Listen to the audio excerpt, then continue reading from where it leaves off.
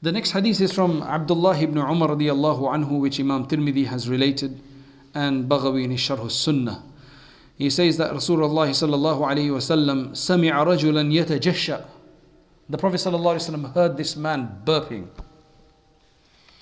The Prophet sallallahu alayhi wa sallam heard this person burping, and he said, أَقْصِرْ مِنْ جُشَائِكَ. He says, stop your burping.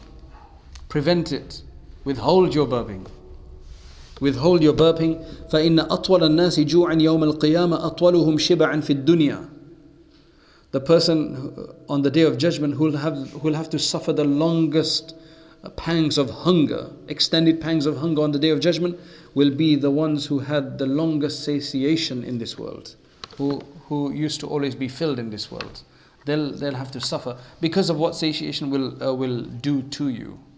It makes you lazy, it makes you disobedient, it makes you negligent and heedless. So then there will be longer problems on the day of judgment. So generally we're talking about burping. Burping happens when the stomach is filled, creates all of these gases. They have to escape somewhere. There's too much in the stomach for the stomach to deal with it, so he has to push it out the other way instead of pushing it out in the correct method and using up its benefits.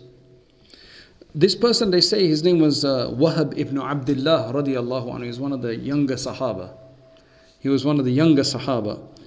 And he wasn't baligh yet. He hadn't matured. He was still a young child. So this wasn't from one of the older Sahaba that this happened. This was from one of the younger Sahaba. A child, in fact. A young man. Not even baligh yet. So he came to Rasulullah sallallahu alayhi wasallam. And then this happened. So he says after that he never filled his stomach with food. He always ate little afterwards until he died. He ate little all the time afterwards. So the Prophet ﷺ is saying, withhold your burping. You can't withhold your burping if you want to do it.